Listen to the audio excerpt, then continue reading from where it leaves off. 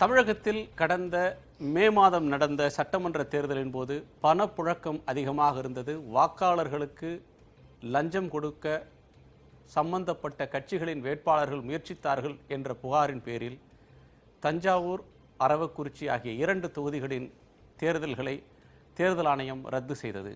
இந்திய வரலாற்றில் பணப்பட்டுவாடா அல்லது ஓட்டுக்கு பணம் தர முயற்சித்த புகாருக்காக ஒரு தேர்தல் நிறுத்தி வைக்கப்பட்டது, ரத்து செய்யப்பட்டது முதல் முறை.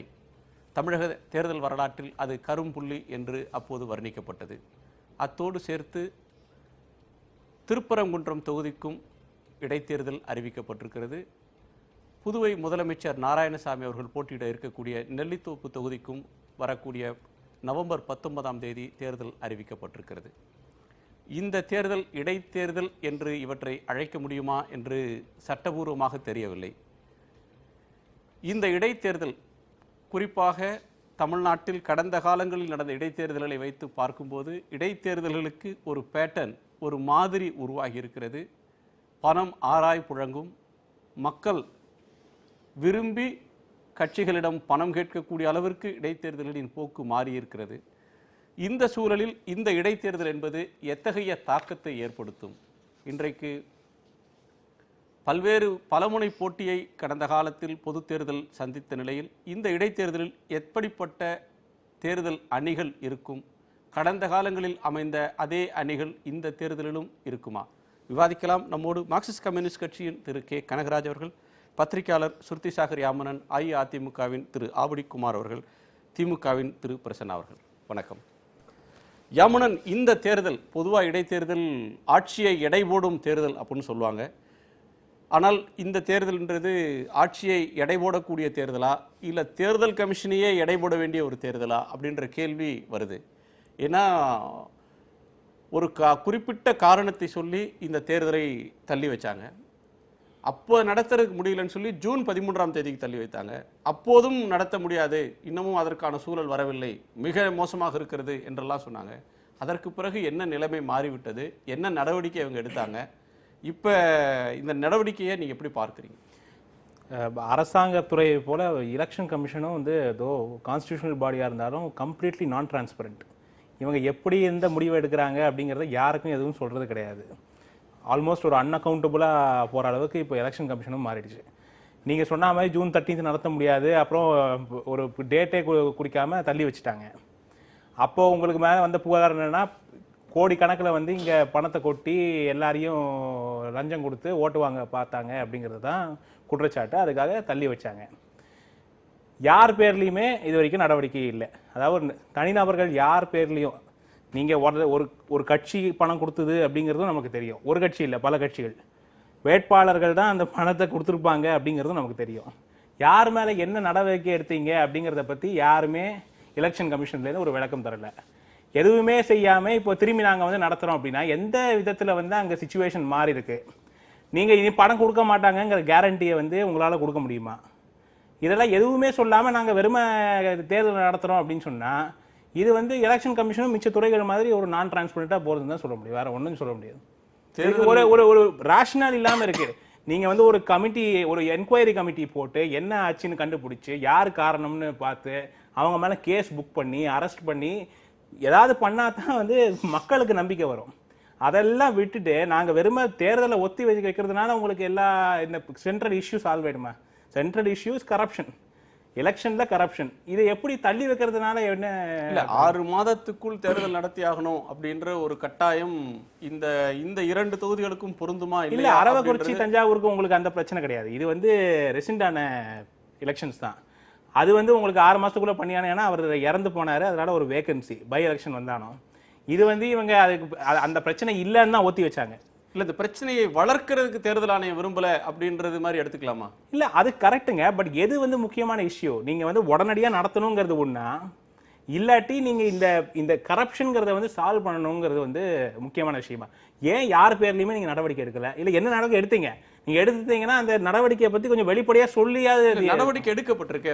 அதாவது அன்புநாதன் அப்படின்ற ஒரு வீட்டில் சோதனை நடந்தது. அதற்கு பிறகு வருமான வரித்துறை அதிகாரிகள் விசாரித்தார்கள், நோட்டீஸ் அமைச்சாங்க அப்படின்ற விஷயம் தொடர்ந்து என்ஃபோர்ஸ்மெண்ட் டைரக்டரேட் வரலிமான இது நடந்தது. வழக்கு பதிவு செஞ்சாங்க.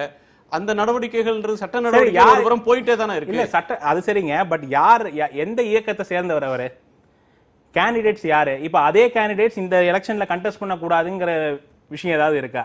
இல்ல பண்ண முடியாது. அதுதான் சொல்றேன். இல்ல டிஸ்குவாலிஃபை எப்படி நீங்க டிஸ்குவாலிஃபை பண்ணுவீங்க? அதுதாங்க சொல்றேன். நீங்க வந்து ஒரு கட்சி வந்து கட்சியை சார்ந்தவர்கள் கட்சி வந்து பணம் கொடுத்தது அப்படின்னு நீங்க முடிவுக்கு வந்துட்டீங்கன்னா ஒரு கான்கிரீட் ஆக்ஷன் என்னதான் எடுக்க போறீங்க? நீங்க கோர்ட்ல ப்ரூவ் பண்ணாம நீங்க வந்து தேர்தல் ஆணையமே இதுல நீதிபதி ஆயிட முடியாது.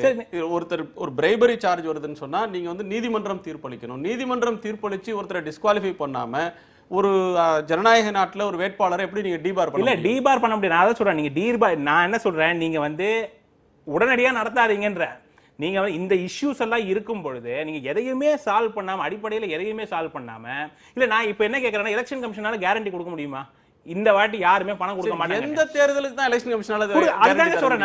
அதான் ஏன்னா நீங்க உங்க நடவடிக்கை ஸ்ட்ராங்கா இல்ல.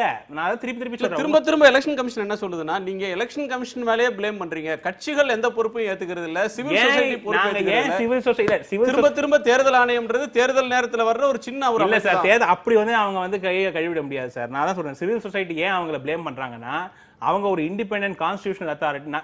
we repose our faith on them. அதாவது அவங்களுக்கு பவர்ஸ் ஜாஸ்தி கொடுத்து எங்களுடைய நம்பிக்கையை வந்து அவங்க மேல போட்டிருக்கோம், அவங்க ஒழுங்கா எலெக்ஷன் நடத்துவாங்கன்னு. இப்ப திடீர்னு வந்து எல்லாரும் வந்து பணம் கொடுத்தாங்கன்னு தள்ளி வச்சுட்டு அந்த விஷயம் வந்து என்ன ஆச்சு? நான் என்ன சொல்ற, ஒரு வெளிப்படை தன்மை வேணுங்கிற. எல்லாத்தையும் வந்து ஓபனா சொல்றது. அவங்க தேர்தல்ல வெளிப்படையாக பணம், ஓட்டுக்கு பணம் கொடுக்குறாங்க. நீங்க என்ன நடவடிக்கை தேர்தல் ஆணையம் பிரச்சாரம் பண்ணுது. அதை தாண்டி அவங்களால ஒண்ணும் செய்ய முடியல. எங்களால செய்ய முடியலன்னா எக்ஸ்ட்ரீம் பொசிஷனுக்கு போய் இந்த தேர்தலே. அப்ப எதுக்கு முன்னாடி அப்ப இப்ப என்னன்னா நீங்க தடுக்க முடியாது அப்படின்னு சொன்னீங்கன்னா எதுக்கு ஒத்தி வச்சீங்க? நீங்க நடத்திருக்கலாமே. எங்களால எதுவுமே பண்ண முடியாதுங்க, நாங்க எதுவும் பண்ண மாட்டோம், ஆனா நாங்க தேர்தல் நடத்துவோம்னா என்ன அர்த்தம்? திரு கனகராஜ், இந்த தேர்தலை நடத்துறதே தவறு, தஞ்சைக்கும் அரவக்குறிச்சிக்கும் தேர்தல் ஆணையத்திட்ட ஒரு வெளிப்படைத்தன்மை இல்லை அப்படின்ற ஒரு சார்ஜை நீங்கள் எப்படி பார்க்குறீங்க? ஒன்று, அந்த 2 தொகுதிக்கு மட்டும் இல்லை, தமிழகம் முழுவதற்குமே தேர்தலை ரத்து செய்திருக்க வேண்டும். உண்மையில் பார்த்தீங்கன்னா மீதி தொகுதியெல்லாம் பணப்பட்டுவாடவே நடக்கலையா? தேர்தல் ஆணையம் அப்படியெல்லாம் பண்ணால் ஒரு, இப்போ நீங்கள் சொன்னீங்கல்ல, இந்த 2 தொகுதியிலையும் தேர்தல் 6 மாதத்துக்குள்ளே நடத்துகிறோமா இல்லையான்னு, இதையெல்லாம் ஃப்ரேம் பண்ணவங்களுக்கு இப்படி ஒரு நிலைமை வரும்னு தெரியாது. அதனால இதை ரத்து பண்ணால் என்ன செய்கிறது 6 மாதத்துக்குள்ளேன்னு அவங்க சொல்லலை. அதர்வைஸ் வந்து அதையும் சொல்லியிருப்பாங்க. இனிமேல் ஃபர்தராக வரும்போது வரும். தேர்தல் ஆணையத்தை பொறுத்தவரை பொதுவாக அவங்களுக்கு ஒரு அதிகாரம் இருக்குது. நீங்கள் தேர்தல் ப்ராசஸ் ஆரம்பித்த பிறகு அது எதுலேயும், இப்போ தமிழ்நாடு உள்ளாட்சி தேர்தலை தவிர எனக்கு தெரிஞ்சு தேர்தல் நடைமுறைகள் ஆரம்பித்த பிறகு நீதிமன்றம் தலையிடுவதில்லை என்கிற நிலைப்பாட்டை எடுத்திருக்கிறாங்க, என்னதான் பிரச்சனை வந்தாலும். அப்போ நீதிமன்றமே என்ன நினைக்குதுன்னா அந்த இடத்துல தன்னை விட மிக உயர்ந்த அதிகாரம் படைத்தவர்களாக தேர்தல் ஆணையத்தை அவங்க அங்கீகரிக்கிறாங்க. அப்போ அந்த மாதிரியான விஷயத்தில் இப்போ இருக்குது. இப்போ உடனடியாக இந்த பிரச்சனைகளை விசாரித்து முடிவெடுக்க வேண்டும் என்பதில் தேர்தல் ஆணையத்துக்கு என்ன சிக்கல் இருக்க முடியும்? இப்போ விரைவாக பல வழக்குகள் நடக்குது தானே. குறிப்பிட்ட ஃபாஸ்ட் ட்ராக் கோர்ட், நீங்கள் ஒரு கிரிமினல் கேஸை நடத்துறதுக்கு ஃபாஸ்ட் ட்ராக் கோர்ட் வைக்கணும்னா ஒரு தேர்தல் முறைகேட்டை அல்லது பணம் கொடுத்ததை விசாரிப்பதற்கு ஒரு கோர்ட்டை அமைக்க முடியாதா? அப்போ நீங்கள் ஜனநாயகத்தின் மீதான நம்பிக்கையை உருவாக்குவதற்கு நீங்கள் அதுதான் எல்லாவற்றிற்குமான அடிப்படை. அந்த அடிப்படை தகர்ந்து போகிற ஒரு நிலைமை வருகிற போது தவறிழைத்தவர்கள் தண்டிக்கப்பட்டார்கள் அல்லது தடுக்கப்பட்டார்கள் என்கிற நிலைமை இல்லாமல், இப்போ நீங்களே சொன்ன மாதிரி நிச்சயமாக அவர்களை நீங்கள் வந்து தேர்தலில் போட்டியிட முடியாதுன்னு யாரையும் சொல்ல முடியாது. இல்லை, கட்சிகள் மேலே சார்ஜ் இருக்குது, வேட்பாளர்கள் மேலே குற்றச்சாட்டு இருக்குது. கட்சிகளையும் நீங்கள் தடுக்க முடியாது, குற்றச்சாட்டுக்கு ஆளான வேட்பாளர்களையும் நீங்கள் தடுக்க முடியாது. ஏன்னா அந்த குற்றச்சாட்டுன்ற அளவில் தான் நிற்குது. அதுக்கு மேலே அது வந்து ஊர்ஜிதமாகலை, சட்டத்தின் முன்னால் நிறுத்தப்படலை. இப்போ இது மாதிரியான ஒரு சூழலில் தேர்தல் ஆணையம் அப்படின்ற ஒன்றுக்கே ஒரு வரம்பு இருக்குது. நீங்கள் வந்து ஒரு சாட்டையால் சொடுக்கக்கூடிய அளவுக்கு தான் அதுக்கு வரம்பு இருக்கே தவிர அது ஒருவரை தூக்கில் விட்டுற முடியாது. அப்படியான ஒரு அமைப்பை நீங்கள் முழுமையாக ப்ளேம் பண்ணிட முடியும் அப்படின்றது வந்து சரியான ஒன்றா? இல்லை, அப்படி நான் சொல்ல. நீதிமன்றமே கூட முழுமையாக தலையிட முடியும், அது சொல்வதெல்லாம் ஃபைனல் என்று நான் எப்போதும் ஏற்றுக்கொள்வதில்லை. ஜனநாயகம் தான் இதையெல்லாம் இந்த வரம்புக்குட்பட்ட அடிப்படையிலே கூட தேர்தல் ஆணையம் தலையிட்டிருக்கா? எனக்கு தெரிஞ்சு நான் சில தொகுதிகளுக்கு பொறுப்பாக இருந்தேன். பணம் பட்டுவாடா நடக்கும், கூப்பிட்டா தேர்தல் ஆணையம் வந்து ரெஸ்பாண்ட் பண்ணாது. பல இடங்கள்ல நடந்திருக்கு, பல பேர் சொல்லியிருக்காங்க. அப்போ என்ன பிரச்சனைனா, உங்கள் வரம்புக்குட்பட்டு இருக்கக்கூடிய விஷயங்களை நீங்கள் நடத்தி இருக்கிறீர்களா என்பது தான் அடிப்படையான பிரச்சனை. ரெண்டாவது, நான் இப்போ என்ன கேட்குறேன், தேர்தல் நடந்தது, ஒத்தி வச்சிட்டீங்க, இப்போ அந்த 2 பேரும் நிற்கலாமா வேண்டாமாங்கிற ஒரு கேள்வி வருது.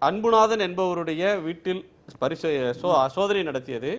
அப்போது 4,77,00,000 அங்கு அவங்களால் பறிமுதல் செய்யப்பட்டது. அது மட்டுமின்றி கணக்கிலடங்காத சில முக்கியமான ஆவணங்கள் பயன்படுத்தப்பட்டன.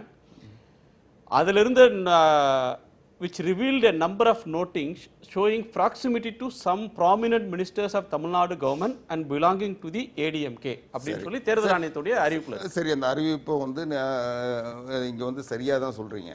ஆனால் நான் கேட்கறது, அரவக்குறிச்சி தொகுதிக்கு அவர் வந்து இந்த பணத்தை செலவழிச்சார் அல்லது அந்த அரவக்குறிச்சியினுடைய வேட்பாளருக்கு அவர் வந்து முகவராக இருந்தார் அல்லது அவருக்காக இதை வந்து ஈடுபடுத்தினார் இதுவரைக்கும் எந்த தகவலும் இல்லை. அப்ப வேற தொகுதிக்கு செலவழிச்சார் குற்றச்சாட்டே கூட வேறொரு அமைச்சருக்கு தொடர்பு இருக்குன்னு தான் அந்த அவருடைய தொடர்பு நிறுவனங்கள்ல இவங்க அந்த அன்னை தேதியில் எந்த அமைச்சர் பெயரும் சொல்ல முக்கியமான அமைச்சர்கள் இல்ல. இன்னைக்கு தேதி வரைக்கும் அரவக்குறிச்சி தொகுதி வேட்பாளருக்கும் அன்புநாதனுக்கும் பணப்புழக்கத்திலேயோ அல்லது தொடர்பு இருந்தது. அவருக்காக தான் செலவழிச்சார் இன்னைக்கு வரைக்கும் சொல்ல முடியல. இன்னைக்கு கூட அவருடைய வீட்டில் அவருடைய ரைடினுடைய தொடர்ச்சியாக நடக்க சொல்ல வேறொரு அமைச்சர் வேறொருடைய தொகுதியில் போட்டிட்டவருக்கு தான் அது சம்பந்தம் இருக்கிறதா சொல்லி ஒரே ஒரு இன்டர்வென்ஷன். உங்க கட்சியை சேர்ந்த ஒருத்தர் உங்க கட்சிக்கே அவமானம் ஏற்படுத்துறது மாதிரி ஏதோ ஒரு தொகுதியில் கொண்டு போய் பணம் செலவழிச்சிருக்காரு.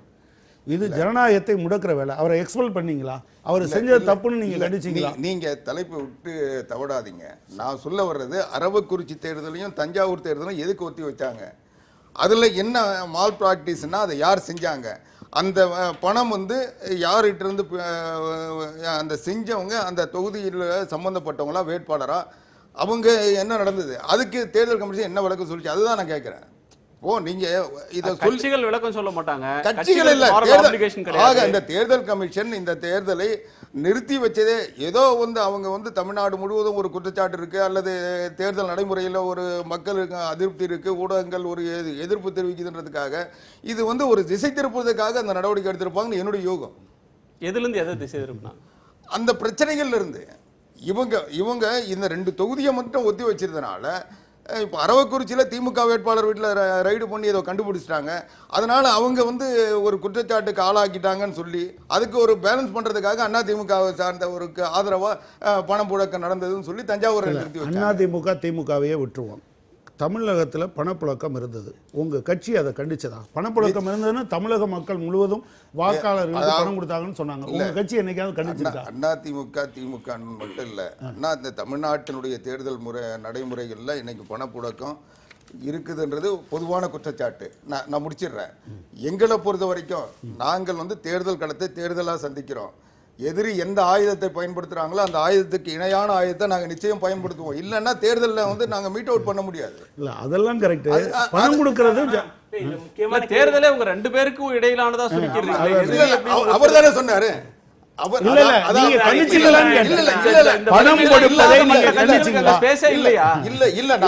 சொல்ல வர்றது என்னன்னா, தேர்தலை சந்திக்கின்ற எல்லா விதமான ஆயுதங்களோடு 2 கட்சிகள் இருக்குன்னு வேணா எடுத்துக்கங்க. அதுல பணமும் சேருமா? அதுல பணமும் சேருமா? தேர்தலில் அது வந்து வாக்காளர்களுக்கு கொடுக்கிற பணமும் இந்த ஆயுதம். இப்ப என்ன நீங்க எனக்கு என்ன ஏடிஎம்கேவோட அபிஷியல் பொசிஷன் இதை அவங்க வெல்கம் பண்றாங்களா இந்த அனௌன்ஸ்மென்ட்னு தெரியல இன்னும். இல்ல என்ன இல்ல இப்ப என்ன ஏன்னா நீங்க வந்து இப்போ இல்ல நீங்க சொல்லும் பொழுது ஒரு நிமிஷம் நான் முடிச்சிடுறேன். நீங்க சொல்லும் பொழுது நாங்க சொன்னது ஏதான் நீங்க வந்து வேற வழியா சொல்லிருக்கீங்க. இவ்வளவு குற்றங்கள் நடந்தது, எதுவுமே நடவடிக்கை எடுக்கல, ஆனா இப்ப வந்திருக்கு நாங்க சந்திக்கிறோம்ன்றீங்க. இதை நீங்க எப்படி நீங்க ஒரு குற்றம் நடந்தது அதனால ஒத்தி வைத்தாங்கன்னு நீங்க ஒத்துக்கும் பொழுது எப்படி திரும்பி எலெக்ஷன் நடத்துறது நீங்க வந்து வரவேற்கலாம்? நீங்க சரியா புரிஞ்சுக்கல. நான் குற்றம் நடந்ததுன்னு ஒத்துக்கல. நான் இன்றைக்கு அதிமுக பண்ணதா நீங்க திமுக பண்ணதா நீங்க எந்த கட்சியும் சரி, நீங்க சொன்ன கேள்விக்கு நான் பதில் சொல்றேன். நீங்கள் இன்றைக்கு தேர்தல் கமிஷன் இந்த 2 இடத்துல ஒத்தி வைக்கிறதுக்கு சொல்லப்பட்ட காரணங்கள், அந்த குற்றச்சாட்டுக்கள் எல்லா இடங்களிலும் இருந்திருக்குன்றது தான் வந்து உங்களுடைய பார்வை. அப்படி இருக்க சொல்ல இந்த 2ல மட்டும் ஏன் நடவடிக்கை எடுத்தாங்க, மற்றதுல ஏன் நடவடிக்கை எடுக்கல? அப்போ இது வந்து அந்த இடத்துல நடவடிக்கை வேண்டிய அவசியம் என்ன? சரி பிரசன்னா, அது எல்லா இடத்திலும் இருந்ததை விட இங்க மிதமிஞ்சி இருந்ததா அல்லது இங்க மட்டும் ஆவணங்கள் தேர்தல் அதிகாரிகள் கண்களை உறுத்திருச்சா அப்படின்ற ஒரு கேள்வி அதுல வருது. இல்ல, இதுல வந்து அங்க ஒண்ணு செஞ்சோம் இங்க ஒண்ணு செய்யணும்ன்ற நோக்கத்துல தஞ்சாவூர் கொண்டு வந்து அது பலி கொடுத்தாங்களே தவிர இதுல வந்து நியாயமான காரணம் தேர்தல் கமிஷனுக்கு இல்ல. அப்படி அவங்க சொல்லக்கூடிய இந்த குற்றச்சாட்டுகள் இருந்தா அந்த குற்றச்சாட்டுகள் எல்லா இடங்கள்லயும் எல்லார் மேலேயும் வந்திருக்கு. தேர்தல் அவங்க பார்வையில தேர்தல் ஆணையம் தவறு செய்தது, உங்க பார்வையில தேர்தல் ஆணையம் ஒரு சமநிலையை பேணியது அப்படிங்கிற ஒரு பார்வையை தேர்தலுக்கு முன்னால் அதிகாரம் ஒரு எப்படி இருந்தது எல்லாருக்கும் தெரியும். இங்கே போய் மாலை போறதுக்கு ஒரு கும்பலம், அங்க போய் மாலை போறதுக்கு முதல்ல எங்க போறதுன்னு தெரியாம ஒரு கும்பலம் தான் இருந்தது. அதனால அதிகாரிகளுடைய மனநிலையை தேர்தல் கமிஷன் பிரதிபலிச்சது. திமுகவோட கருத்து என்ன? திமுக அன்றைக்கு இதை தள்ளி வச்சதை கண்டிச்சிங்க, இதை ஏற்றுக்கொள்ளல. அதிமுகவும் அன்றைக்கு வந்து நாடாளுமன்ற உறுப்பினர்கள் போய் மனு கொடுத்தாங்க இந்த தேர்தலை ரத்து செய்ததை ஏற்க முடியாதுன்னு. இப்போ யார் மீதும் நடவடிக்கை இல்லாமல், எந்த விதமான ஃபாலோ அப் ஆக்ஷனும் இல்லாமல், எந்த வெளிப்படையான காரணங்கள் ரத்து செய்ததற்கு விரிவான காரணம் சொன்ன தேர்தல் ஆணையம் மீண்டும் நடத்துறதுக்கு நியாயமான ஜஸ்டிஃபிகேஷன் எதையும் சொல்லாமல் நடத்துறத திமுக எப்படி பார்க்குது?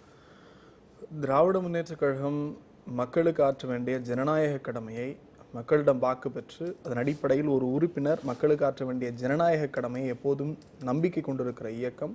ஆக அன்றைக்கு தேர்தல் ரத்து செய்தது போது அதை நாங்கள் கண்டித்தோம். இன்றைக்கு இந்த தேர்தல் நடத்த வேண்டும் என்று தேர்தல் ஆணையம் முன்வந்திருக்கிறது. ஆக ஒரு ஜனநாயக கடமையை ஆற்ற முன்வந்திருக்கிறது. அதை நாங்களும் வரவேற்கிறோம். ஒன்று.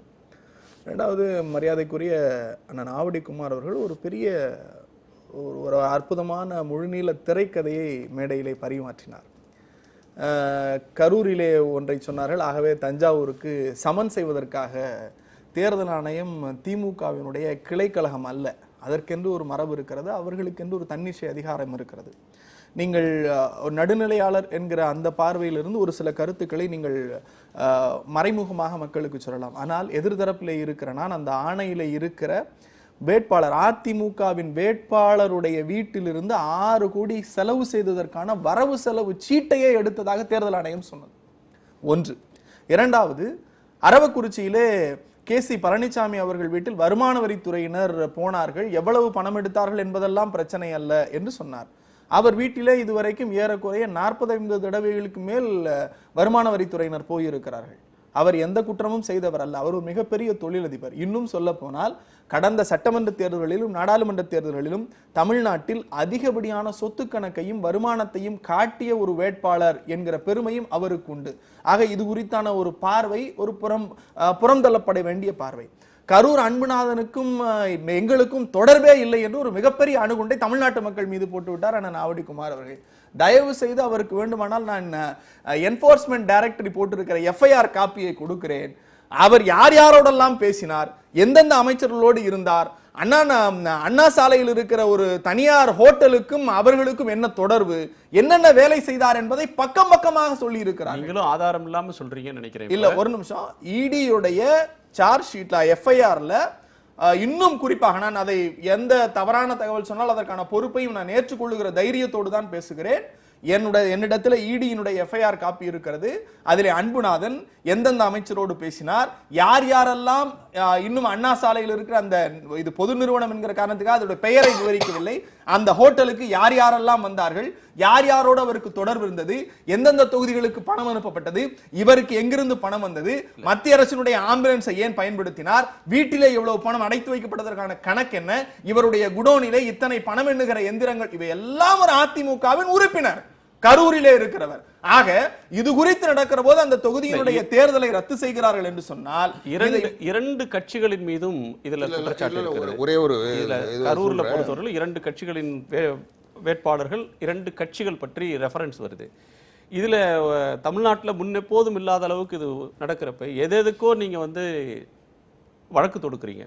உள்ளாட்சி தேர்தலில் ஒரு இடஒதுக்கீடு இல்லை அல்லது வேறு சுழற்சி முறை இல்லைன்னா நீங்கள் வழக்கு தொடுக்குறீங்க. இந்த விஷயத்தில் நீங்கள் என்ன பரிகாரத்தை தேடிங்க? உங்கள் தரப்பில் தவறு இல்லைன்னா இவங்க எலெக்ஷன் கமிஷன் தவறு செய்திருக்கிறது அப்படின்னு நம்பினா நீங்கள் தேர்தல் கமிஷனில் போய் பெட்டிஷன் கொடுத்ததோடு நின்று கொண்டீங்களே தவிர அதை தாண்டி என்ன செஞ்சீங்க? இதில் இல்லை, நிச்சயமா இந்த கேள்விக்கு நீங்கள் சட்டப்பூர்வமான ஒரு வரைமுறையை நீங்கள் தேடணும். திராவிட முன்னேற்ற கழகம் தேர்தல் ரத்து செய்த போது நாங்கள் எதிர்த்தோம். எங்க தரப்புல தப்பு கிடையாது. நாங்கள் சுத்தமாக இருக்கிறோம், தேர்தலை நடத்துங்கள் என்று சொன்னோம். இன்றைக்கு அந்த அறிவிப்பு வந்திருக்கிறது, அதை நான் வரவேற்கிறேன். 2, இரண்டாவது, அன்றைக்கு தேர்தல் ஆணையத்திலே நாங்கள் முறையிட்டோம். ஏன் முறையிட்டோம்? இப்படிப்பட்ட ஒரு நடைமுறை இந்தியாவிலேயே கிடையாது. ஜனநாயக பூர்வமான கடமை ஆற்றுகிற ஒருவரை தடுக்கிற போது, அவர் வெற்றி பெற்று விடக்கூடாது என்று முடக்குகிற போது, அந்த ஜனநாயக கடமை முடக்குகிற போது இந்தியாவினுடைய இறையாண்மையை கேள்விக்குறியாகிறது. ஆகவே அதற்கு நாங்கள் கண்டனத்தை தெரிவித்தோம். 2, அந்த சூழல் என்பது அனைத்து சட்டமன்ற தேர்தல்களுக்கான தேர்தல் நடந்து கொண்டிருக்கிற போது ஒரு குறிப்பிட்ட தொகுதிக்கான எதிர்ப்பை தேர்தல் ஆணையத்தில் பதிவு செய்துவிட்டு மற்ற எல்லா தொகுதிகளுக்குமான தேர்தல்களை பார்ப்பதற்கு தான் எங்களுக்கு நேரம் சரியாக இருந்தது. ஆக நாங்கள் கண்டித்தோம், அதை வன்மையாக பதிவு செய்தோம், எதிர்ப்பையும் பதிவு செய்தோம். இரண்டாவது, அதிமுகவும் இந்த தள்ளி வைப்பை கண்டிச்சது, திமுகவும் கண்டிச்சது. நாங்க என்ன கேட்கிறோம், கட்சிகளுக்கு பொறுப்பே இல்லையா? இல்ல, கட்சிகளுக்கு பொறுப்பு இருக்கு, நிச்சயம் பொறுப்பு இருக்கு. அந்த பொறுப்பு இருக்கிறது அப்படிங்கிறது நீங்கள் தேர்தலை தள்ளி வைத்து விட்டதனாலேயே தேர்தல் ஆணையம் செய்தது சரியா என்கிற ஒரு பார்வையை நீங்கள் பார்க்க கூடாது. நாங்கள் எங்களுக்கான பொறுப்பு என்ன? அரசியல் கட்சிகளுக்கான பொறுப்பு, குறிப்பாக திமுகவிற்கான பொறுப்பு, ஜனநாயக கடமை ஆற்றுவதற்கு தேர்தல் என்பது ஒரு வாய்ப்பு. அந்த வாய்ப்பை நாங்கள் சரியாய் பயன்படுத்துவதற்கு எதேச்சை அதிகார போக்கு வருகிற போது, அல்லது சக கட்சியோ அல்லது மற்றொரு கட்சியோ முறைகேட்டில் ஈடுபடுகிற போது அதை கண்டிப்பதற்கும் ஜனநாயக கடமை ஆற்றுவதற்குமான உரிமை எங்களுக்கு இருக்கிறது. அதைத்தான் நான் வலியுறுத்துகிறேன். அதாவது வழக்கறிஞர் பொசன்னா நீதிமன்றத்தில் ஆதாரங்களை சொல்கிற மாதிரி அவதூறுகளை சொல்லி பழகிட்டார். அதனால் அவர் பாட்டுக்கு பேசுகிறார். நான் கேட்குறது, அவர் சொன்னார் தஞ்சாவூரினுடைய வேட்பாளர் அவர் வீட்டில் பணம் எடுத்ததாக சொன்னார். தஞ்சாவூர் வேட்பாளர் வந்து வீடு தஞ்சாவூர்ல இல்லை. நான் ஆதாரம் இருக்கு நிரூபிக்க சும்மா பணம் எடுத்தா அந்த வேட்பாளர் வீட்டில இருந்து பணம் எடுத்தார் என்கிற வார்த்தையே நான் பிரயோகப்படுத்தல. 6 கோடி செலவு செய்தார் என்கிற குறிப்பு, எழுதி வைக்கப்பட்ட குறிப்பை தேர்தல் ஆணையம் பறிமுதல் செய்திருக்கிறது. இல்ல, நீங்க சொன்னது தேர்தல் ஆணையம் அந்த வேலையை அவங்க பாப்பாங்க. நீங்க அதனால அதாவது வேட்பாளர் வீட்டிலேயோ அல்லது வேட்பாளர் சம்பந்தப்பட்ட இடத்திலேயோ எந்த பொருளும் கைப்பற்றப்படவில்லை, அல்லது வேட்பாளரிடமிருந்து எந்த குறிப்பும் கைப்பற்றப்படவில்லை. அதுதான் உண்மை. அது தேர்தல் கமிஷனும் அது அப்படி சொல்லலை. ரெண்டாவது, அரவக்குறிச்சியை பொறுத்த வரைக்கும் கரூர்னு சொல்றாரு. கரூர் வேற, அரவக்குறிச்சி வேற. கரூர் ஒரு தொகுதி, அரவக்குறிச்சி ஒரு தொகுதி. அரவக்குறிச்சி தொகுதியில் அந்த வேட்பாளர் அரவக்குறிச்சி வீட்டில் அந்த திமுக வேட்பாளருடைய அரவக்குறிச்சியில் இருக்கின்ற நிறுவனங்களில் பறிமுதல் செய்யப்பட்டது. அவர் என்ன தொழில் செய்கிறார் அதை பற்றி பிரச்சனை இல்லை. ஆனால் கணக்கில் வராத பணத்தை அந்த தேர்தல் நேரத்தில் தேர்தல் செலவுக்காக பயன்படுத்தி இருக்கிறார் என்பதுதான் அதன் குற்றச்சாட்டு. எனவே ரெண்டாவது சொல்றார், அன்புநாதன் சென்னைக்கு வந்தாரு, மவுண்ட் ரோடுக்கு வந்தாரு, சிங்கப்பூர் போனாரு, அதை பத்தி எல்லாம் எங்களுக்கு பிரச்சனை இல்லை. ஆனால் நான் கேட்கறது, நீங்க உங்க கற்பனை வந்து இன்னும் கொஞ்சம் அதிகமா எடுத்துட்டு போங்க, எங்களுக்கு அதை பத்தி கவலை. நான் ஏன் பேங்காக்ல போய் முடி வெட்டிட்டு வந்ததே சொல்றேன். நீங்க அதெல்லாம் ஏன் அதாவது நான் சொல்ல வர்றது என்னன்னா நீங்க அரவக்குறிச்சி தேர்தலை தள்ளி வச்சதுக்கு, தஞ்சாவூர் தேர்தலை தள்ளி வச்சதுக்கு இதையெல்லாம் எப்படி காரணமா சொல்ல முடியும்? அந்த தொகுதியில் பணப்புழக்கம் நடந்து பிடிச்சிருந்தா, அரவக்குறிச்சியில பிடிச்ச மாதிரி அதை பிடிச்சிருந்தா சொல்லுங்க. அது இல்லாம நீங்க கற்பனையா ஏதோ ஒரு குற்றச்சாட்டு போறோம். அதாவது தேர்தல் ஆணையத்தினுடைய ரத்து செய்த ஆணையில தஞ்சாவூரை பத்தி சொல்றப்ப வேட்பாளர் நேரடியாக இல்லை, ஒரு 2 நபர்களிடம் பிடிக்கிறாங்க. அவங்க அதிமுக பேம்ப்ளெட்ஸை, துண்டறிக்கைகளை வைத்திருந்தார்கள், வாக்காளர்களுக்கு பட்டியல் வச்சுருந்தாங்க, ஒரு நோட் இருந்தது அப்படின்ற பேர் இருக்குது. இதில் வந்து வேட்பாளர் நேரடியாக சம்பந்தப்பட்டார் அப்படின்ற ஒரு குற்றச்சாட்டு இல்லாத நிலையில் தேர்தல் ரத்தாகிறது.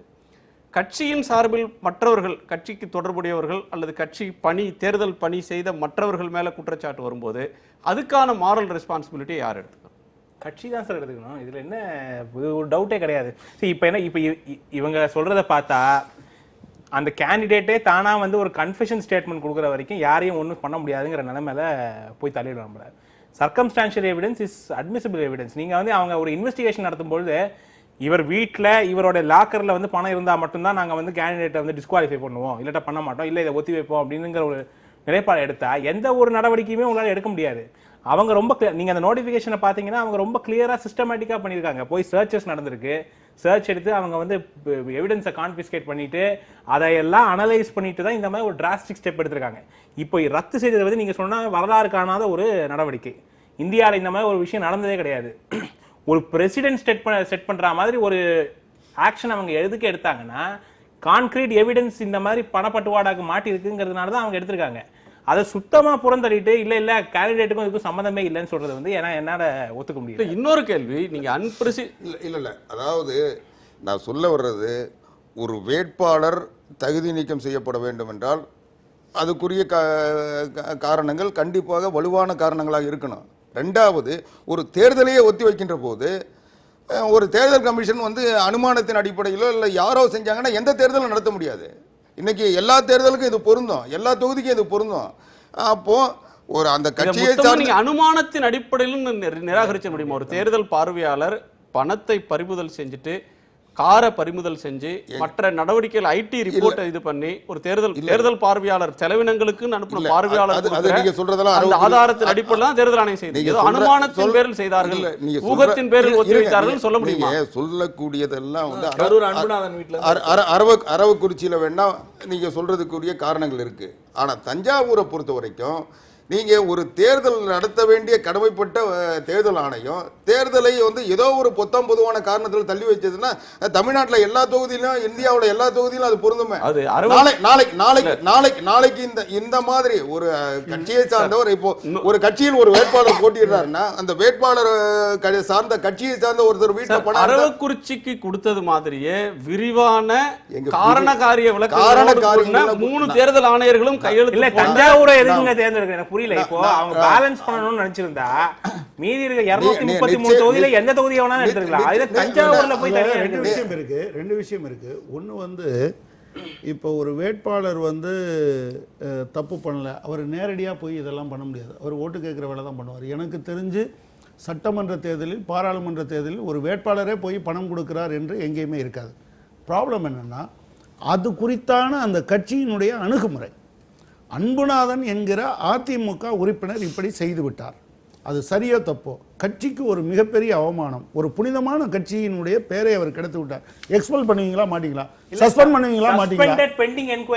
அது கூட பண்ண மாட்டீங்களா? உங்க அப்ரோச் தான் அதுல என்னங்கிறத காமிக்குது. நீங்க வந்து எல்லாரும் அந்த தொகுதியில இதுல இன்னொரு அம்சம் கூட இருக்கு. இன்னொரு நான் எதிர்வாதத்தை முன்வைக்கிறேன். அவர் திரு ஆவடிக்குமார் சார்பிலே நான் இன்னொரு வாதத்தை முன்வைக்கிறேன். நீங்க வந்து ஒரு விசாரணை முழுமையாக முடிவடையாம ஒருவர் குற்றவாளின்னு சொல்லி ஒரு தவறு செய்தார் அப்படின்னு சொல்லி நீங்க எந்த நீதிமன்றத்தின் முன்பாகவும் முழுமையாக நீங்க நிரூபணம் செய்யறதுக்கு முன்னாடி ஒருத்தரை கட்சியை மாரல் கிரவுண்ட்ஸ்ல நீக்கிறது, நீங்க எப்படி ஒரு மந்திரி கேரளாவில் ராஜினாமா செய்தாரு அது மாதிரி ஒன்று செய்யறதுன்றது இங்க நடைமுறையில இல்லை.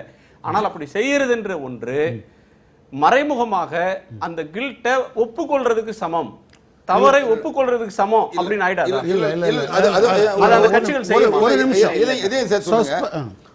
அதாவது இன்னைக்கு தேர்தல் நேரத்தில் இந்த செக் போஸ்ட்ல நிறைய பணம் பிடிச்சவங்க எல்லா கட்சியிலும் இருக்கிறாங்க, தொழில் நடத்துகிறவங்க இருக்கிறாங்க.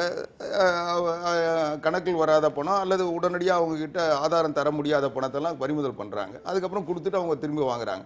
அந்த மாதிரி தான் இது. அவர் ஒரு தொழில் செய்கிறாரு, அது நேர்மையான தொழிலா மறைமுகமான தொழிலான்றதெல்லாம் வந்து விசாரணையில் தான் தெரியும். அவர் வந்து தொடர்ந்து அந்த தொழில் இருக்க சொல்ல அதில் வந்து அவர் பணப்பொடுக்கம் அவர்கிட்ட இருக்குது. புதுசாக ஒன்று தேர்தலுக்காக ஒரு இடத்துல கொண்டு போய் பணத்தை வச்சில்ல. அவர் வந்து தொழில் செய்கிறவர், அதனுடைய நீட்சியாக அவர் பணம் வச்சிருக்காரு. எப்படி அரவக்குறிச்சி வேட்பாளர் கேசி பழனிசாமி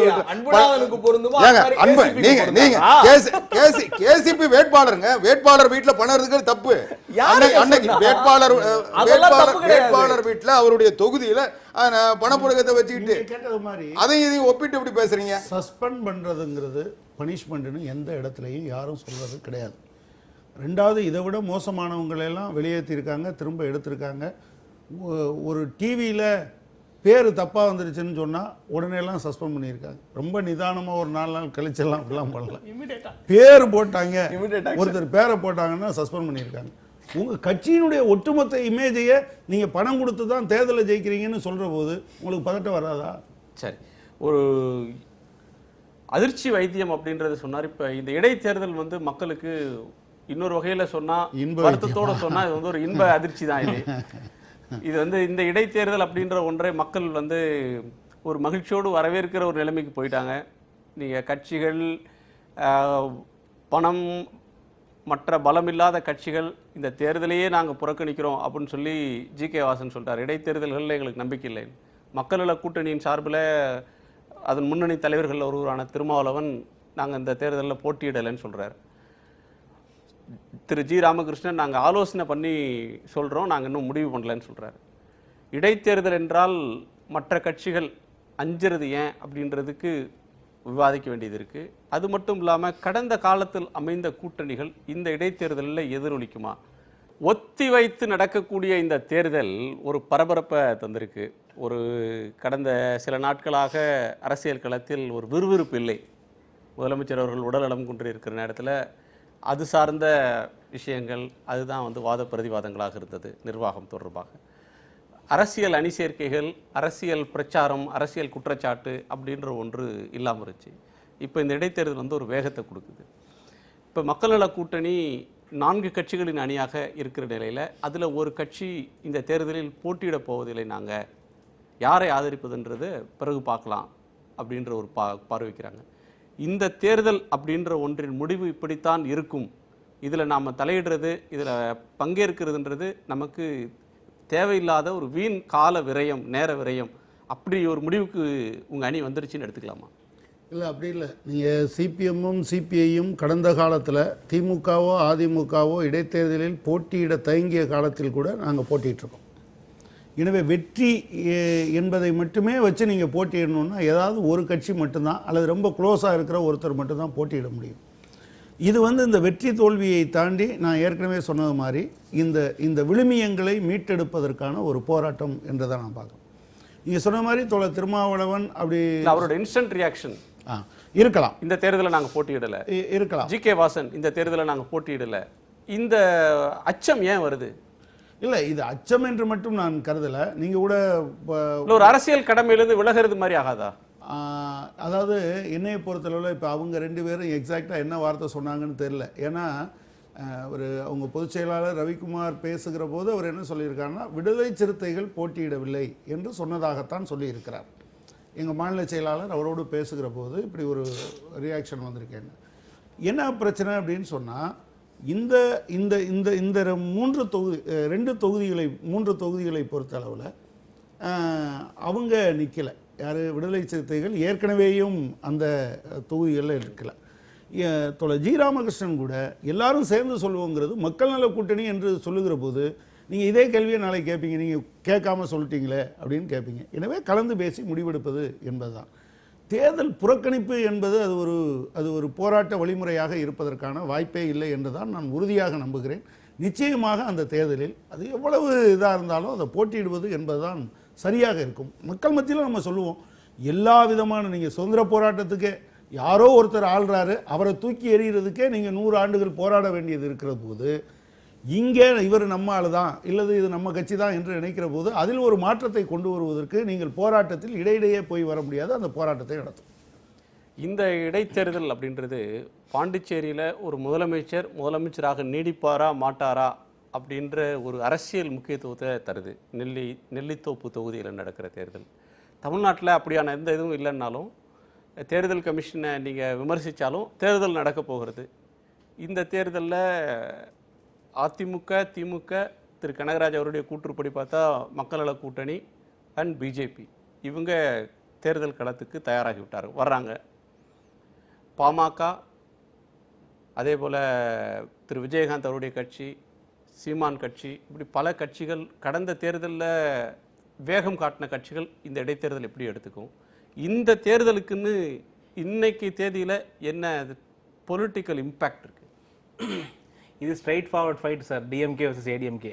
முதல்ல இப்போ 2 தஞ்சாவூர் அரவக்குறிச்சி பை எலெக்ஷன் இல்லைனாலும் ஒரு பை எலெக்ஷன் சினாரியோ வந்துருச்சு நமக்கு. இது அட்வான்டேஜ் ரூலிங் பார்ட்டி. ஏன்னா மக்களுடைய சுபாவம் என்னன்னா, ஒரு ஆட்சியில் இருக்கிற கட்சிக்கு ஒரு பை எலெக்ஷனில் ஓட்டு போட்டால் எம்எல்ஏ வந்தால் நமக்கு ஏதாவது நடக்கும் அப்படிங்கிறது அடிப்படையில் ஒரு நம்பிக்கையாக இருக்குது. அதனால தான் பார்த்தீங்கன்னா லோக்கல் பாடி போல்ஸில் ரூலிங் பார்ட்டி கன்சிஸ்டண்ட்டாக வின் பண்ணுவாங்க மேயர் எலெக்ஷன்ஸ் எல்லாம். ஏன்னா அந்த ஒரு இது இப்போ அடிப்படையில் அந்த ஒரு எண்ணம் உண்டு மக்களுக்கு. அதை தவிர மிச்ச கட்சிகளுக்கு இதை சொன்னால் இப்போ ரியாக்ஷன்ஸ் வரும். ஆனால் மிச்சம் எந்த கட்சிகளுக்கும் காசு கிடையாது. இவங்க பார்த்தீங்கன்னா நீங்கள் ஒரு கம்யூனிஸ்ட் இயக்கமாக இருக்கட்டும், இல்லை அவங்க மக்கள் கூட்டணியில் இருக்கிற 4 கட்சியாக இருக்கட்டும், இல்லை மிச்ச சிறு கட்சிகளாக இருக்கட்டும், இந்த அளவுக்கு செலவு செய்யறதுக்கு அவங்கள்ட்ட காசும் கிடையாது. அதனால ஒரு லாஜிக்கல் ஸ்டெப்பு என்னன்னா இதை வந்து புறக்கணிக்கிறது தான் அவங்களுக்கு வந்து, ஏன்னா இது நின்று பிரயோஜனம் இல்லைங்கிற ஒரு முடிவுக்கு அவங்க வரதுல வந்து எனக்கு தெரிஞ்சு ஒரு தப்பும் இல்லை. இதோட இம்பேக்ட் என்னன்னா இது பல ஒரு கான்டெக்ஸ்ட் இப்போ உருவாயிருக்கு. ஒன்று நீங்க சொன்ன மாதிரி விநியோகிக்கிறதுக்கு பணம் இருக்கா இல்லையான்றது ஒண்ணு, இன்னொன்று விநியோகருக்கான ஆள் பலம் இல்லை எதுவுமே கிடையாது. இல்லை இல்லை இல்லை ஆள் பலம், நீங்க பணம் இருந்தா ஆள் பலம், அதனால நீங்க ஆளுக்கு வந்து பிரச்சனை கிடையாது. உங்ககிட்ட பணம் இருந்தா ஆள் தானா. ஆனா ஒரு விவாதத்துல இதெல்லாம் நம்ம விவாதிக்க வேண்டியது ஆயிடுச்சு அப்படிங்கிற பலம், பணத்தை விநியோகிப்பது அதற்கான பலம் அப்படின்னு பேசுறது இருக்கு. அது மாஃபியா சர்க்கிள் மாதிரி ஆயிடுச்சு. நீங்க வந்து பொதுக்கூட்டத்துக்கு போறதுக்கு கான்ட்ராக்டர்ஸ் வந்தாச்சு, ஒரே ஆளு 2 பொதுக்கூட்டத்துக்கும் ஆளை சப்ளை பண்றாரு. நீங்க ஒருத்தருடைய பலத்தை பார்ப்பதில்லை. அது அது அது ஆளை கூட்டிட்டு வர்றதுங்கிறது எதை காமிக்குது? பணபலத்தை காட்டுகிற விஷயமாக மாறி நம்முடைய அரசியலோட வீழ்ச்சியையும் காட்டுது. வாழ்க்கையில் இருக்கக்கூடிய விழுமியத்தினுடைய வீழ்ச்சி இது. ஆனா இது ஒரு இன்ட்ரெஸ்டிங் கான்டெக்ஸ்ட் சார் இந்த எலெக்ஷனுக்கு. ஒன்று வந்து இப்போ முதலமைச்சரோட உடல்நிலை, அவங்க வந்து கொஞ்ச நாளா வந்து ஹாஸ்பிட்டல்ல இருக்காங்க. அப்போசிஷன் கேம்பெயின், ஒரு அரசாங்கம் வந்து ஒரு மந்தமா செயல்படுது அப்படிங்கிற ஒரு கேம்பெயினை இப்போ மவுண்ட் பண்ண ஆரம்பிச்சிருக்காங்க. ஸோ இது எந்த அளவுக்கு வந்து எதிரொலிக்கும் கிரவுண்டில் அப்படிங்கிறது வந்து ஒரு முக்கியமான. தஞ்சாவூரை எடுத்துக்கிறேன். முக்கியமாக தஞ்சாவூர் ஏன் வந்து முக்கியமான ஒரு தொகுதி அப்படின்னா, காவேரி தண்ணி இல்லாமல் அங்கே வந்து டிஸ்ட்ரெஸ், வைட் ஸ்ப்ரெட் டிஸ்ட்ரெஸ். அங்கே ஒரு ஃபார்மர்ஸ் வந்து ரொம்ப ஒரு கஷ்டமான நிலைமையில் இருக்காங்க. மழைக்காக காத்திருக்காங்க. நான் 4 நாள் தஞ்சாவூரில் தான் ட்ராவல் பண்ணிட்டு வரேன். வெறும் நாட்டு நட்டுட்டு உட்காந்துருக்காங்க, எப்படா தண்ணி வரும். தண்ணி வரலன்னா அங்கே டோட்டலாக அவுட்டு. அந்த மாதிரி இருக்கச்சு அவங்களுடைய கோபம் வந்து யார் பேரில் போய் விழும் அப்படிங்கிறது வந்து ஒரு முக்கியமான கேள்வி. ஸோ இதெல்லாம் பார்க்கும்பொழுது ஒரு விதத்தில் வந்து இது ரொம்ப இன்ட்ரெஸ்டிங் எலெக்ஷன். தஞ்சாவூரை பொறுத்த வரைக்கும் எனக்கு ரொம்ப இன்ட்ரெஸ்டிங் எலெக்ஷனாக இருக்கும்னு தோணும். இல்லை 3 ஜியோகிராஃபிக்கல் ஏரியாவை சொல்றது. தஞ்சாவூர் ஒரு பக்கம், அரவக்குறிச்சி இன்னொரு புறம், மதுரை. இந்த அரசியல் முக்கியத்துவம் வாய்ந்த இடங்கள் அப்படின்னு நினைக்கிற இடங்கள்ல நடக்கிற தேர்தல், இதில் என்ன பிரச்சாரம் மேற்கொள்ளப்படும் அப்படின்ற ஒன்றுக்கு நீங்கள் வரீங்க. திரு குமார் அவங்க சொல்லக்கூடிய ஒரு கருத்து, ஆளும் கட்சிக்கு முதலமைச்சர் உடல்நலம் குன்றி இருக்கிற நிலையில் நிர்வாகம் மெத்தனம் அப்படின்ற ஒரு பிரச்சாரத்தை எதிர்க்கட்சிகள் கிளப்ப தொடங்கி இருக்கிறார்கள். இது தேர்தல் நேரத்தில் வலுவாக எதிரொலிக்கும். இது என்ன மாதிரியான தாக்கத்தை ஏற்படுத்தும்? இதை எப்படி நீங்கள் எதிர்கொள்வீங்க? இல்லை, மரியாதைக்குரிய சகோதரர் சொல்கிறது தொடங்கி இருக்கிறாருன்னு சொல்கிறாரு. ஆனால் போன தேர்தலில் பார்த்தா இது செயல்படாத அரசுன்னு சொல்லி பிரச்சாரம் பண்ணியே எடுபடலை.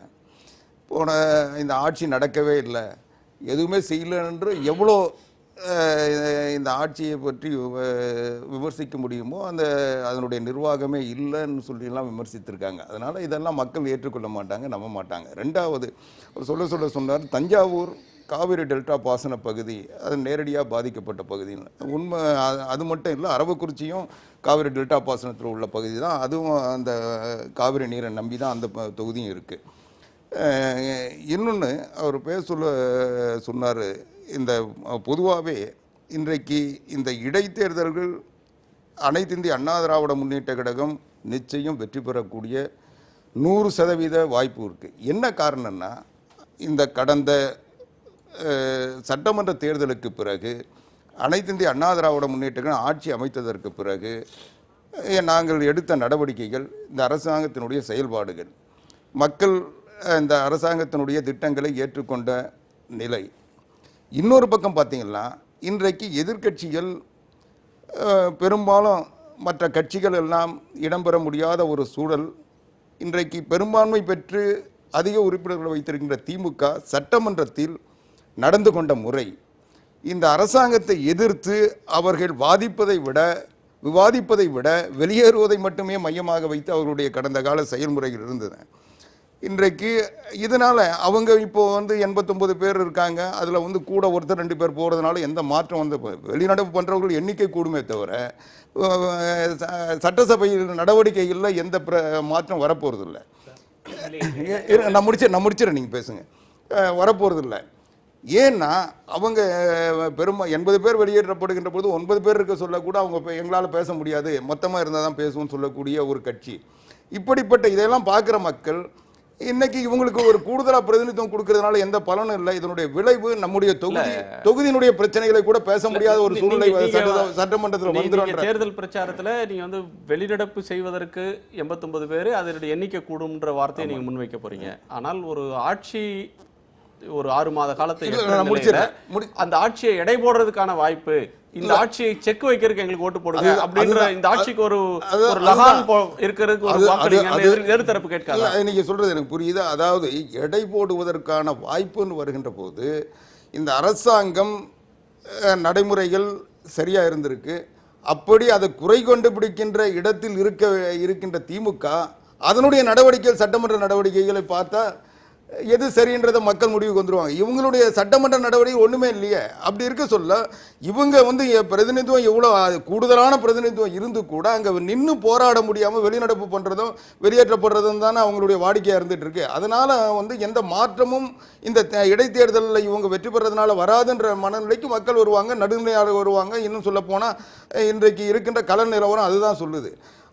ரெண்டாவது நீங்கள் சொன்னீங்க, மரியாதைக்குரிய திருமாவளவன் அவர்கள் தேர்தல் வந்து போட்டியிடுவதில்லைன்னு சொன்னார். ஆனால் நீங்கள் அதை வந்து புறக்கணிப்புன்ற பொருளில் பேசுனீங்க.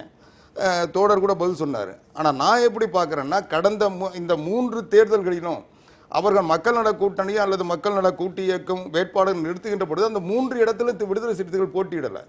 அதனால் புதிதாக அந்த இடத்தை நாங்கள் கேட்க போகிறதில்ல, ஏற்கனவே இருந்தவங்களும் ஆதரிப்போன்ற மனநிலையில கூட அவர் சொல்லியிருக்கலாம். அதனால வாங்க அவங்களை அழைக்கிறீங்க.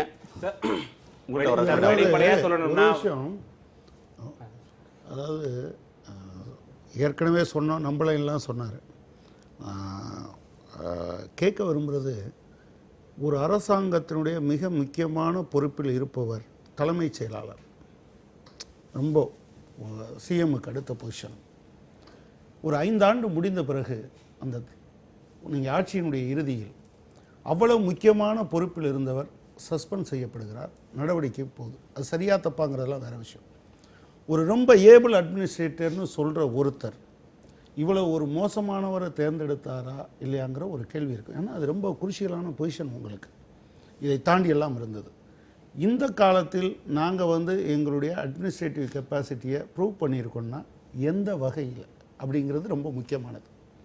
ஏதாவது ஒரு வகையில் என்கிற கேள்வி மிக முக்கியமான கேள்வியாக உங்கள்கிட்ட இருக்குது.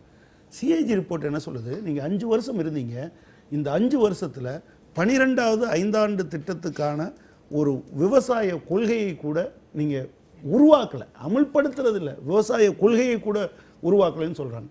சார் என்ன சொல்கிறாரு, நீங்கள் என்னதான் சொன்னாலும் மக்கள் நம்ப மாட்டாங்கங்கிறதுல தான் அவர் நம்பிக்கை வைக்கிறாரே தவிர நாங்கள் இதெல்லாம் செஞ்சுருக்கோம் எனவே மக்கள் நம்புவார்கள்னு சொல்ல மாட்டோம். நீங்கள் விமர்சனத்தில் நம்பிக்கை வைக்கிறீங்க, அவர் மக்கள்கிட்ட நம்பிக்கை வைக்கிறார். மக்கள் இன்னொரு விஷயம் என்னன்னா, இது வந்து இந்த இஷ்யூ எல்லாம் பேசினாலும் இப்போ கான்டெக்ஸ்ட் சென்ட்ரல் இஷ்யூ அவங்க சீஃப் மினிஸ்டரோடைய ஹெல்த் சார். இவங்க காலத்தில் போகும்போது அந்த கேள்வி கேட்கப்படும். நீங்கள் ஒரு உதாரணத்துக்கு எடுத்துக்கோங்க, செப்டம்பர் 22ஆம் தேதியிலிருந்து இன்னி வர எந்த பெரிய திட்டத்தை அறிவிச்சிருக்காங்க? நம்ம வந்து இப்போ அட்மினிஸ்ட்ரேஷன் வந்து லாக்ஸாக இருக்குது, மந்தமாக இருக்குன்னு நம்ம சொல்கிறோம் இல்லையா? இது ஏன் சொல்கிறோம் அப்படின்னா, அவங்க வந்து இப்போ ஆஃபீஸ் போகும்பொழுது நீங்கள் பார்த்தீங்கன்னா வாரம் ஒரு பெரிய ரிலீஸ் வரும், ஏதாவது ஒன்று அனௌன்ஸ் பண்ணுவாங்க, ஏதாவது ஒன்று ரிப்போர்ட் ஆகும். 22ஆம் தேதியிலிருந்து இன்னி வர என்ன ஸ்கீம், பெரிய ஸ்கீம் வந்து அனௌன்ஸ் ஆயிருக்கு. இதைத்தான் வந்து மக்கள் இதை நிச்சயமாக மக்கள் பார்ப்பாங்க.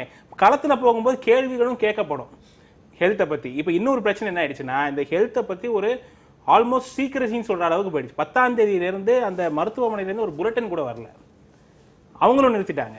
ஸோ மக்களுக்கு என்ன நடக்குதுன்னே தெரியாத அளவுக்கு வந்து ஒரு சுச்சுவேஷனில் போய் முடிஞ்சிருக்கு. இப்போ இந்த இஷ்யூ வந்து பிரதானமாக போகும்பொழுது இந்த கிரிட்டிசிசம் எல்லாம் அவங்க எடுத்துகிட்டு தான் ஆகணும். சுத்தமாக இல்லை, அதெல்லாம் ஒன்றுமே இல்லை, அட்மினிஸ்ட்ரேஷன் ரொம்ப நல்லா நடக்குதுங்கிறத வந்து அப்படியே புறந்தள்ளத்துக்கு வாய்ப்பு கிடையாது. 22ஆம் தேதியிலேருந்து இன்னி வரைக்கும் ஒரு பெரிய ஸ்கீம் என்ன அனௌன்ஸ் ஆயிருக்கு. அதாவது மரியாதைக்குரிய தோழர் கனகராஜ் சொன்னார், இந்த ஆட்சி வந்ததுலேருந்து எந்த திட்டம் வரலன்னாரு. பத்திரிகையாளர் அதில் கொஞ்சம் சலுகை காட்டி 22ஆம் தேதியிலிருந்து இல்லைன்றாரு. ஆக இதிலிருந்து இவர்கள் குற்றத்தை தேடிக்கொண்டிருக்கிறார்கள். ஒரு முதலமைச்சர் இன்றைக்கு நோய்வாய்ப்பட்டு நான் பேசி முடிச்சிடுறேன். நீங்கள் ஒரு முதலமைச்சர் நோய்வாய்ப்பட்டு இன்றைக்கு இன்னும் சொல்ல போனால் அவர்களுடைய பணிகளை நிதியமைச்சர் பன்னீர்செல்வம் அவர்கள் மேற்கொண்டிருக்கின்ற இந்த சூழ்நிலையில் இன்றைக்கு எந்த திட்டத்தை அறிவிக்கணும்னு அவங்க எதிர்பார்க்குறாங்க? இன்றைக்கு அத்தியாவசியமான அவசியமான நடைமுறை திட்டங்கள் ஒரு அரசாங்கன்றது நாள்தோறும் திட்டங்கள் அறிவிச்சிட்டு இருக்கிறது இல்லை. இன்றைக்கு ஒரு பட்ஜெட் போட சொல்ல ஒவ்வொரு ஆண்டுக்கான திட்டங்களை அறிவிக்கிறாங்க. அந்த திட்டங்களை செயல்படுத்துவது தான் ஒரு அரசாங்கத்துடைய பணியாக இருக்கும்.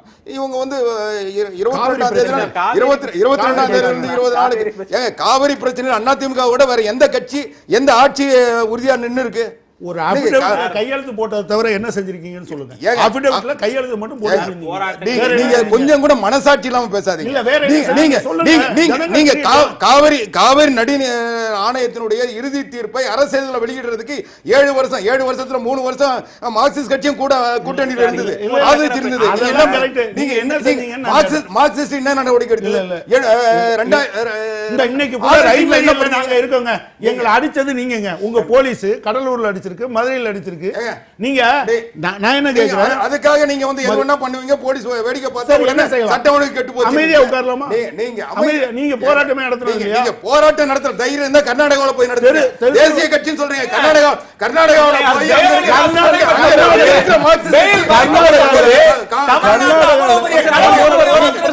போய் நீங்க காட்டி கொடுத்தவனையும் துரோகம் பண்ணவனையும் கூட வச்சுக்கிட்டு நீங்க போராட்டம் நடத்திட்டு இருக்கீங்க. நீங்க கடந்த காலத்துல என்ன செஞ்சீங்க? இல்ல நான் சொல்றதை நீங்க அரசியலுக்காக, நாங்களும் களத்துல இருக்க காட்டுறதுக்காக போராட்டம். ஒரு விஷயம் நான் உங்கள்கிட்ட ஒண்ணு கேட்கிறேன். எல்லாவற்றிலும் நீங்க சட்ட போராட்டத்தின் மூலமே நிறைவேற்றி விட முடியுமா? ஒரு கர்நாடகாவில் இருக்கக்கூடிய அந்த அரசாங்கம் 2 முறை சட்டமன்றத்தை கூடுது, ஆளுங்கட்சி எதிர்க்கட்சி எல்லாத்தையும் ஒருங்கிணைக்க முடியுது. நான் என்ன கேட்குறேன், தமிழ்நாட்டில் ஒரு கூட்டத்தை கூட நீங்கள் கூட்ட மாட்டேன்றீங்களா? அதனால தான் நீங்கள் அஃபிடவிட்டை தவிர வேற எதுலையும் கையில் நீங்கள் ஒருங்கிணைத்து என்ன சாதிச்சிருக்காங்க கர்நாடகம்? ஒருங்கிணைத்ததுனால என்ன வந்து தண்ணி வராம நிறுத்திட்டாங்க. தண்ணி வராம நிறுத்தினா நீங்க எதை இதுவரை சரின்னு சொன்னீங்களோ அது இல்லாம நீங்க நான் கேட்கிறேன், 24 ஒப்பந்தம் 74ல முடிஞ்சது. 68ல 69ல இருந்து பேச்சுவார்த்தை தொடங்கி நவம்பர் 19க்கு போயிரலாம். இல்ல நான் முடிச்சறேன். இருங்க, 68ல இருந்து பேச்சுவார்த்தை தொடங்குச்சு. 74 வரைக்கும் பேச்சுவார்த்தை நடந்ததுன்னா ஹேமாவதிலையும் ஹேரங்கிலையும் கபினிலையும் அணை கட்டினதை தவிர வேற என்ன சாதிச்சது பேச்சுவார்த்தை? அதுக்கு பிறகு போடப்பட்ட வடக்கு பிரதமர் இந்திரா காந்தி மேல இருக்க நம்பிக்கையினால கருணாநிதி வாபஸ் வாங்கிட்டு வந்தாரு. பேச்சுவார்த்தையில முடிச்சுக்கிறேன்னு சொன்னார். பேச்சுவார்த்தை இருங்க, நான் அதெல்லாம் கேட்கல. அஃபிடவிட்ல கையெழுத்து நான் முடிச்சறேன். வேற என்ன நடந்துருக்கு?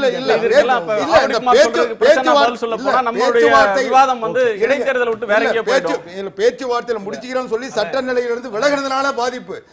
இன்னைக்கு கூட மத்திய அரசாங்கம் உச்சநீதிமன்றம் சொல்லி நீர்வளத்துறை அமைச்சர் உமாபாரதி தலைமையில் தமிழ்நாடு கர்நாடகம் பேச்சுவார்த்தை நடத்துச்சு. ஒரு சொட்டு தரணும் தரணும் சொன்னாங்களா? ஆனா உச்சநீதிமன்றம் சொன்ன பிறகு இன்னைக்கு தந்தாங்களா? பெரிய ஸ்ட்ரென்த்தோட போறான், ஆளுங்கட்சி எதிர்கட்சி அந்த கட்சி எல்லாத்தோடவும். நீங்க வந்து எவனும் வேண்டாம் நான் மட்டும் போவேன்னு போறீங்க. இது எப்படி சரியா இருக்கும்? ஒரு ஜனநாயகத்தின் மீது உங்களுக்கு நம்பிக்கை இருக்கா? அவங்க வந்து ஜனநாயகத்தின் மீது உங்களுக்கு நம்பிக்கை இருக்கா? ஜனநாயகத்தின் மீது நம்பிக்கை இருக்கிறதுனால தான் எங்களுக்கு வாக்களிச்சிருக்காங்க. நான் சொல்ல வர்றது அப்படினா பிரிட்டிஷ் கூட தான் ஓட்டு போட்டாங்க. அது அப்படி எடுத்துக்க முடியுமா? ஜனநாயகம் நீங்க கேட்டதுக்கு நான் பதில் சொல்றேன். நீங்க கேட்டதுக்கு பதில். அவங்க சட்டத்தை நம்பல, நீதியை நம்பல, நடைமுறைகளை நம்பல, இன்னும் சொல்ல போனா இந்திய ஜனநாயகத்தையும் நம்பல. அவங்க அரசியலை மட்டும் நம்புறாங்க. அதனால கட்சிகளை கூட்டி வச்சுட்டு மிரட்டுறாங்க. அரசியல் சட்டத்தை மிரட்டுறாங்க, நீதிமன்றத்தை மிரட்டுறாங்க. நாம வந்து அரசியல் சட்டத்தை நம்புறோம், ஆட்சி உரிமையை நம்புறோம். இன்னைக்கு அரசாங்கம் தன்னுடைய கடமையை செய்யுது. அதிமுக வந்து இன்னைக்கு போராடல, அரசாங்கம் போராடுது. தமிழ்நாடு அரசாங்கம்ன்றது எல்லாருக்குமானது. இந்த நாட்டு மக்களுடைய யாருக்கும் கேட்க மாட்டேன். ஆனா நான் எல்லாருக்குமான ஆளுன்னு சொல்றதுக்கு பேர் என்னது? நீங்க என்ன நினைக்கிறீங்க? எங்களை எல்லாம் கூட்டி போய் பிரதமரை காட்டி கூட்டிட்டு வரணும், எங்களை கூட்டிட்டு போகணும்லாம் நான் கேட்கல. வேற என்ன இதனால பலன் கிடைக்கும்? டீ பிஸ்கட் சாப்பிடணும்னு நினைக்கிறீங்க? இல்ல வேற இதுல சாப்பிட்டதுனால ஒற்றுமையா இருக்கணும்னு நான் நினைக்கிறேன். டீ பிஸ்கட் போடாதீங்க. இல்ல இல்ல ஒரு நிமிஷம், பொறுப்பில்லாத எதிர்க்கட்சிகள் துச்சம் தான். ஒரு நிமிஷம் நீங்க என்ன கடந்த காலத்துல செஞ்சீங்க? ஆட்சி அதிகாரத்தை ஒரு நிமிஷம் வேடிக்கை பாத்தீங்க, கோரிக்கை வைக்கல, ஒரு நிமிஷம் திரு பிரசன்னா. நான் நிச்சயமா என்ன நம்பல, திரு தம்பித்துரை அவர்களும் தமிழகத்தை சேர்ந்த இந்த 37 எம்பிக்களும் டீ காஃபிக்காக போனாங்க அப்படின்னு நான் நிச்சயமா நம்பல. ஆனா அதுல கூட கொடுக்காம திருப்பி விட்டாங்கன்னு நான் நினைக்கல. அது எனக்கு ஏற்பட்ட அவமரியாதையாக நான் கருதுகிறேன். அது அதிமுகவா இருந்தாலும் தமிழகத்துக்கு ஏற்பட்ட அவமரியாதை என்று நான் கருதுகிறேன். நீங்க தமிழகத்துக்கு ஏற்பட்ட அவமரியாதையா அல்லது தமிழ்நாட்டினுடைய கோரிக்கைகளுக்கு அவர்கள் செய்கின்ற புறக்கணிப்பான்றதெல்லாம் வந்து உலகத்துக்கு தெரியும். நாங்கள் அசிங்கப்பட்டாலும் எங்களுடைய கோரிக்கைகளுக்காக நாங்க போராடிட்டு இருக்கோம். நீங்க நாங்க அசிங்கப்பட்டதை சந்தோஷப்படுத்திட்டு இருக்கீங்க. இல்ல இந்த காலத்துல என்ன செய்றீங்க? காவிரிக்கு என்ன செய்றீங்க சொல்லுங்க. நீங்க போனா டீ பிஸ்கட் இல்லையா? ஏற்கனவே 2009 காவேரிக்கு வந்துருவோம். 2009 எதிர்கட்சிகள் எல்லாம் கூடி பேசுறாங்க. தாப்பாண்டி ஒரு கோரிக்கை சொன்னாரு, எல்லாம் ரிசைன் பண்ணுங்க, ரிசைன் லெட்டர் வாங்கி வச்சுட்டு குப்பையில போட்டாங்க. அது மாதிரி போட்டு போக சொல்றீங்களா? எது கூட்டம் நடத்தி எது சாதிச்சிருக்கீங்க? கூட்டம் நடத்தி தாப்பாண்டி கட்சியை வந்து அகில இந்திய கட்சி நாங்க அப்பெல்லாம் ரிசைன் பண்றது எங்க கட்சியில உடன்பாடு கிடையாது அப்படின்னு சொல்லி அன்னைக்கு வந்து சிபிஐயும் சிபிஎம் சொன்னாங்க. அதுக்கு தோழர் கனகராஜ் ஞாபகம் வச்சிருப்பாரு நினைக்கிறேன். நம்ம தஞ்சாவூருக்கு வந்துரும், டெல்லியிலே நின்றுட்டு ரொம்ப நேரமா. உங்கள்கிட்ட கேட்கறது, இந்த தேர்தலில் திரு குமார் அவர்கள் முன்வைத்த ஒரு பார்வையில் இருந்து இந்த ஆட்சி மக்கள் செல்வாக்கோடு அமைஞ்சிருக்கு. இந்த ஆட்சியின் மீது மக்கள் எடை போட்டு பார்த்தால் எங்கள் சாதனைக்கு ஓட்டு போடுவாங்க. எதிர்க்கட்சியாக திமுக சட்டமன்றத்தில் எதையும் செய்துவிடவில்லை. எனவே வெளிநடப்பு செய்வதற்காக சில பேர் ஒருத்தரையோ 2 பேரையோ கூட போடுறதுனால அவங்களுக்கு எந்த பிரயோஜனமும் இல்லை. எனவே எதிர்க்கட்சியின் பிரச்சாரம், குறிப்பாக திமுகவின் பிரச்சாரம் இந்த தேர்தலில் எடுபடாது அப்படின்ற பார்வை குமார் முன்வைக்கிறார். நான் வேற எந்த சட்டமன்றத்திலே எதிர்க்கட்சிகளை இவர்கள் எப்படி நடத்துகிறார்கள், அது ஒரு பஜனை மடமாகி போயிருக்கிறது என்கிற பார்வையெல்லாம் தாண்டி ஒரே ஒரு வார்த்தை, அண்ணன் ஆவடி குமார் அவருடைய வார்த்தையே மீண்டும் பிரதிபலிக்கிறேன். எதிர்க்கட்சிகளை பிரதமரை பார்க்க சென்றால் டீ பிஸ்கட்டுக்காகத்தான் அழைத்து செல்கிறோம் என்கிற பார்வை என்பது ஜனநாயகத்தில் எதிர்க்கட்சியை ஒரு ஆளும் கட்சி எப்படி துச்சமென மதிக்கிறது என்பதற்கான பார்வை. அதே சர்வாதிகார பார்வைதான் சட்டமன்றத்திலேயும் நடக்கிறது. ஆனால் சட்டமன்றத்தில் வெளிநடப்பு என்பது ஒரு எதிர்க்கட்சிக்கு இருக்கிற ஜனநாயக உரிமை. வெளிநடப்பு என்று சொன்னால் உடனடியாக வெளியே வந்துவிட்டு நாங்கள் ஏதோ காப்பி டீ குடிக்க கடைக்கு போய்விடுறோம் என்றல்ல, அந்த கருத்துக்கு வெளிநடப்பு செய்துவிட்டு மீண்டும் சட்டமன்றத்தில் உட்கார்ந்து எங்கள் கடமையாட்டுகிறோம். இன்னும் குறிப்பாக இந்த பிரச்சனை வந்தபோது அண்ணன் தளபதி அவர்கள் அனைத்து சட்டமன்ற உறுப்பினர்களுக்கும் அவருக்கும் ஒரு உத்தரவு விடப்பட்டது. சட்டமன்றம் முடிகிற வரை சட்டமன்ற அந்த அரங்கிற்குள்ளும் அவைக்குள்ளும் இருக்க வேண்டும். எந்தெந்த பிரச்சனையில யார் எப்படி பேச வேண்டும் என்று திட்டமிட்டு நாங்கள் வழிநடத்தி சென்றோம். ஆக ஜனநாயக கடமையை மிக திறம்பட அண்ணன் தளபதி அவர்கள் தலைமையில் உள்ளாட்சி தேர்தலில் இடப்பகிர்வில் திமுகவுக்கும் அதனுடைய தோழமை கட்சிகளுக்கும் கசப்பு வந்திருக்கு. காங்கிரஸ், முஸ்லீம் லீக், மனிதநேய மக்கள் கட்சியின் பல கட்சிகளுக்கு கசப்பு வந்திருக்கிறது. உள்ளாட்சி தேர்தலில் புதுசாக கொங்குநாடு மக்கள் தேசிய கட்சி மாதிரியான கட்சிகள் புதிதாக அறிவாலயத்துக்கும் வந்திருக்கிறாங்க.